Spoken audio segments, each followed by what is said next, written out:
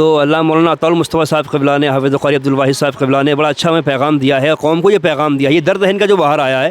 تو گزارش ہے کہ کوشش کریں عمل کرنے کی ان باتوں پر، بڑے ضروری ہے ان باتوں پر عمل کرنا. اور جتنا ہو سکے ویڈیو شیئر کریں. آپ ویڈیو جب شیئر کریں گے تو یہ ویڈیو دوسرے تک پہنچے گی، ہماری ماں بہنوں تک پہنچے گی، تو اس سے ضرور انشاءاللہ سدھار آئے گا. جتنا ہو سکے ویڈیو شیئر کریں. السلام علیکم ورحمۃ اللہ.